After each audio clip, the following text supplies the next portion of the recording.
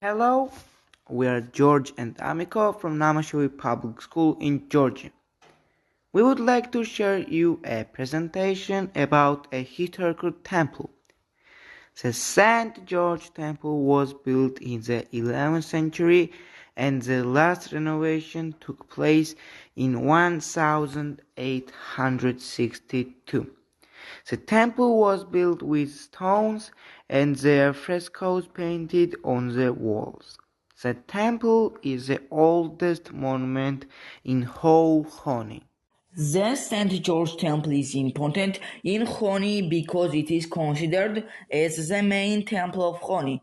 The icon of St. George is kept there. The inscription on it is embossed with gold. The mashed frescoes are remain in the interior of the building, and fragments of an old inscription in the eastern facade whitewashed with lime. There are two entrances, west and south. Parts of them are archived. Thank you for attention.